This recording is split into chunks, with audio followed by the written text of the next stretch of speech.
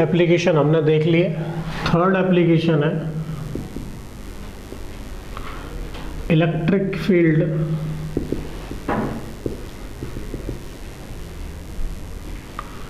Due to non conducting sphere. अच्छा, non conducting जो sphere होगा वो सॉलिड होगा, क्योंकि जो चार्ज हम जहाँ देंगे वो वहीं रहेगा। तो नॉन कंडक्टिंग स्फीयर हमने बना लिया एक, और इसको हमने चार्ज दिया तो चार्ज पूरे स्फीयर में यूनिफॉर्मली डिस्ट्रीब्यूट हो गया। इसकी जो रेडियस है वो हमने r मान ली। अब अगेन वही 3 पॉइंट, फर्स्ट, एक सेकंड और थर्ड होगा सरफेस पे। तो हमें 3 पॉइंट पे इलेक्ट्रिक फील्ड फाइंड आउट करना है। अगर हमने चार्ज दिया है इसको Q और इसकी रेडियस है r, तो चार्ज पर यूनिट वॉल्यूम होगा Q/4/3 पाई r क्यूब, जिसे हम वॉल्यूम चार्ज डेंसिटी कहेंगे। ठीक है, तो सबसे पहले हम बाहर के लिए निकालते हैं। तो एट सेकंड पॉइंट पे क्या होगा, हम एक पॉइंट मानेंगे, उससे पास होता हुआ एक गॉसियन सरफेस ड्रॉ करेंगे। उस गॉसियन सरफेस की इससे रेडियस है r रेडियस का गॉसियन सरफेस है, तो इसके लिए फिर से हम क्या लगा देंगे, E dot ds is equal to Q enclosed by epsilon naught. अब देखो इस सरफेस के अंदर कितना चार्ज आया, जो चार्ज इसके अंदर टोटल है। ठीक है, तो इसके लिए Q इनक्लोज्ड की वैल्यू क्या हुई, Q के बराबर। किसके बराबर हुई, Q के बराबर। तो फिर से हम E integration of ds Q upon epsilon naught, और ds का इंटीग्रेशन फिर से क्या आ जाएगा, 4 पाई r स्क्वायर एप्सिलॉन नॉट। तो फिर से ये हो गया KQ बाई r स्क्वायर। तो ये तो हो गया आउटसाइड पॉइंट पे। अगर हम थर्ड पॉइंट देखें,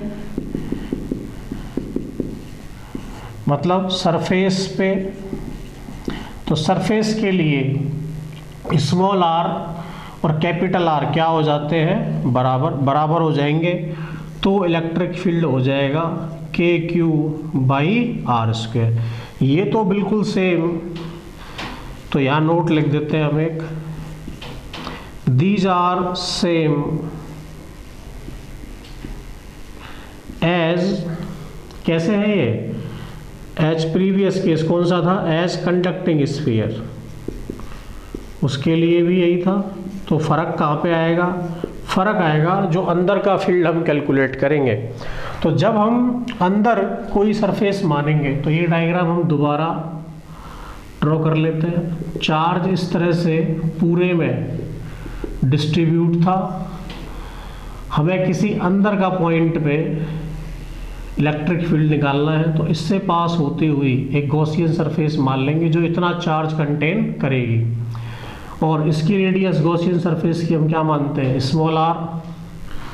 तो अगेन हमें इसके अंदर कितना चार्ज है वो निकालना पड़ेगा। तो Q इनक्लोज्ड हम कैसे निकालेंगे, देखो हमें पता है चार्ज पर यूनिट वॉल्यूम ये है Q अपॉन दिस, और इस वॉल्यूम में कितना चार्ज होगा, तो हम लिख लेंगे charge enclosed with in Gaussian surface, वो कितना हो जाएगा, तो चार्ज हो जाएगा this density into this volume, तो वो होगा charge enclosed volume into density. Volume इस स्मॉल स्फीयर का कितना आएगा, वो आएगा 4/3 पाई स्मॉल r क्यूब, और डेंसिटी क्या है, डेंसिटी है Q upon 4/3 pi capital R cube. 4/3 पाई से 4/3 पाई, तो ये बचा QR cube upon R cube, this is Q enclosed. तो ये अभी हमने क्या निकाला है कि इसके अंदर चार्ज कितना होगा। अब हमें देखना है कि यहाँ पे इलेक्ट्रिक फील्ड कितना होगा, तो उसके लिए हम फिर से क्या लगा देंगे, उसके लिए हम लगा देंगे E dot D S is equal to Q enclosed by epsilon naught. फिर से E D S Q enclose की value Q R cube upon R cube और ये एप्सिलॉन नॉट, और डी एस फिर से क्या हो गया 4 pi R square Q R cube upon epsilon naught R cube. तो यहाँ से आर स्क्वायर से ये कट जाएगा, तो E की वैल्यू आ जाएगी Q upon 4 pi epsilon naught R cube into R. ठीक है, अब देखो वेरिएशन अगर आप देखोगे तो यहाँ जो इलेक्ट्रिक फील्ड है वो वेरी करता है 1 बाई आर स्क्वायर के प्रोपोर्शनल, यहाँ भी वेरी करता है 1 बाई आर स्क्वायर के प्रोपोर्शनल। लेकिन यहाँ पे जो वेरिएशन है वो आप देख रहे हो वो कैसे आ रहा है, E proportional to R inside में। ठीक है, तो अगर हम इसका ग्राफ ड्रॉ करेंगे इस बार, तो ये हो गया इलेक्ट्रिक फील्ड, ये हो गया R, ये हो गया R is equal to R। इस पॉइंट पे यहाँ से यहाँ तक ये अंदर कैसा था, लीनियर वेरिएशन, तो ऐसा ग्राफ होगा, डिस्टेंस के साथ फील्ड बढ़ेगा। यहाँ पे आके क्या हो रहा है, ये मैक्सिमम, और फिर यहाँ से ये इस तरह से जैसे पहले वेरी कर रहा था उसी तरीके से, तो हम यहाँ लिख देंगे E प्रोपोर्शनल टू R, और यहाँ पे क्या हो गया proportional to 1 by R square. ठीक है, नोट कर लीजिए इसको। 3 एप्लीकेशन हमने देख लिए। 4th एप्लीकेशन है electric field due to a cylinder, electric field due to a cylinder. ठीक है, सिलेंडर के केस में क्या होगा, मान लो इस तरह का एक सॉलिड सिलेंडर है,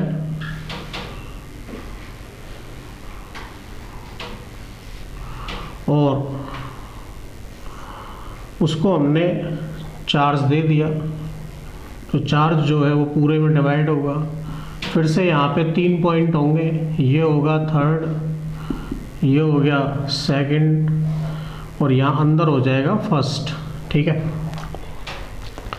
तो अगर ये इनफाइनाइट सिलेंडर है और इसकी चार्ज डेंसिटी अगेन हमें लैम्डा ही दी हुई है, क्या दी हुई है, लैम्डा, तो फिर से बिल्कुल ये ऐसे बिहेव करेगा जैसे रॉड वाला केस करता था। रॉड वाले में सिर्फ एक केस बनता था, यहाँ पे 3 बनेंगे। तो अगर मुझे 3rd पॉइंट पे निकालना है तो इस तरह का एक और सिलेंडर मानेंगे, और बिल्कुल सेम रिलेशन आ जाएगा, E is equal to lambda upon 2 pi epsilon naught R, जैसा हमने पहले देखा था। ठीक है, इसकी लेंथ होगी L, तो फिर से same E dot D S Q enclosed by epsilon not, Q enclosed की वैल्यू हो गई क्यू बाई एप्सिलॉन नॉट, और E इंटू यहाँ पे अगर लैम्डा चार्ज डेंसिटी तो Q की वैल्यू हो जाएगी लैम्डा L, और ये हो जाएगा 2 पाई RL, तो E की वैल्यू फिर से क्या आ जाएगी lambda upon 2 pi epsilon naught R। Same surface पे R की जगह कैपिटल R आ जाएगा। तो ये तो हो गया 3rd पॉइंट के लिए। एट सरफेस क्या चेंज होगा, सरफेस पे इलेक्ट्रिक फील्ड की वैल्यू आएगी lambda upon 2 pi epsilon naught R। ये हो गया आपका 2nd पॉइंट। अगर ये कंडक्टिंग है तो सारा चार्ज सरफेस पे आ जाएगा, तो अंदर के लिए फील्ड आ जाएगा 0। इफ इट इज कंडक्टिंग तो नो चार्ज इनसाइड, और नो चार्ज इनसाइड का मतलब आप समझते हैं इलेक्ट्रिक फील्ड इज ऑल्सो 0। तो 1st पॉइंट पे ये आएगा। लेकिन अगर ये नॉन कंडक्टिंग होता तो फिर हमें चार्ज देखना पड़ता, अंदर कितना चार्ज आता। ठीक है, उसके हिसाब से हम कैलकुलेट करेंगे। तो ये मैं आपके लिए एज ए असाइनमेंट छोड़ देता हूँ, इसको आप सॉल्व करके देखना, ठीक है। बिल्कुल रॉड की तरह और जो पहले केसेस किए हैं उनकी तरह आपको सॉल्व करना है, ठीक है। फिफ्थ केस हम कर रहे हैं, इलेक्ट्रिक फील्ड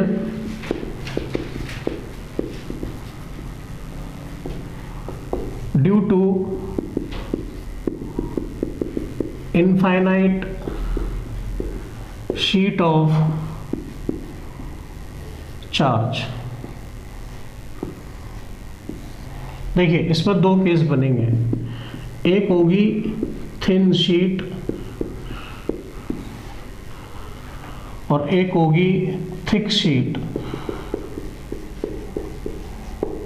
थिन शीट में क्या होगा, जैसे मान लो हमने एक शीट इस तरह की अज्यूम कर ली और उस पर चार्ज डिस्ट्रीब्यूट कर दिया, चार्ज डेंसिटी यहाँ पे दी हुई है सिग्मा। तो हम क्या करेंगे, एक इस तरह की सरफेस अज्यूम कर ली, सिलेंडर पास हो रहा है इससे, एक इधर भी और इधर भी। तो ये जो एरिया आपको दिख रहा है, ये एरिया हमने मान लिया कितना है, ए। तो इस एरिया से कितना फ्लक्स पास होगा, वो होगा ई डॉट ए। क्या होगा, ई डॉट ए। तो मान लो जैसे इस तरह की सरफेस है तो ऐसे फील्ड बाहर आएगा, इधर से ऐसे बाहर आएगा। लेकिन अगर चार्ज सिर्फ यही है तो वही दोनों साइड फ्लक्स बाहर देगा।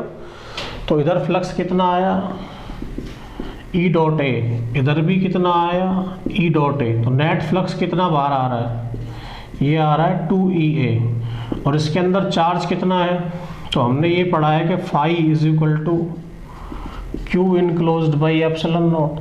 तो इसके अंदर चार्ज कितना होगा, वो होगा सिग्मा इंटू ए। तो ये हो जाएगा sigma into A by epsilon naught. A से ये कट जाएगा, इलेक्ट्रिक फील्ड की वैल्यू आएगी सिग्मा बाई 2 एप्सिलॉन नॉट। क्या आ जाएगी, सिग्मा बाई 2 एप्सिलॉन नॉट। कब, जब ये थिन शीट है। अगर थिन शीट ना हो, थिक शीट हो, तो हम कैसे सॉल्व करेंगे, देखिए। फिर हम इस तरह से, तो अब जो चार्ज होगा वो अगर थिन शीट की जगह थिक है तो इस साइड भी है और इसके पीछे भी होगा। तो जैसे हम पहले सॉल्व कर रहे थे, जैसे पहले सिलेंडर हमने अज्यूम किया, वैसा ही हम अब अज्यूम करेंगे। तो ये ए है, फिर से दो साइड फ्लक्स होगा, EA 2EA हो जाएगा। लेकिन जो चार्ज यहाँ पे था, अब वो चार्ज भी डबल हो जाएगा। पहले चार्ज था सिर्फ सिग्मा इंटू ए, अब चार्ज हो जाएगा 2 सिग्मा ए। तो 2A से 2A कट जाएगा, इलेक्ट्रिक फील्ड आ जाएगा सिग्मा बाई एप्सिलॉन नॉट। तो ये समझ आ गया होगा आपको कि अगर थिन शीट है तो सिग्मा बाई 2 एप्सिलॉन नॉट, और अगर थिक शीट है तो सिग्मा बाई एप्सिलॉन नॉट। एक चीज़ यहाँ पे नोटिस करिए आप, हम जो ग्राफ अभी इलेक्ट्रिक फील्ड और रेडियस के लिए बना रहे थे, उसमें यहाँ पे कोई भी डिपेंडेंसी R पे नहीं है। मतलब अगर इनफाइनाइट शीट ऑफ चार्ज है तो कितनी भी दूर हम इलेक्ट्रिक फील्ड फाइंड आउट करें, उससे कोई फर्क नहीं पड़ता, ये कांस्टेंट रहता है।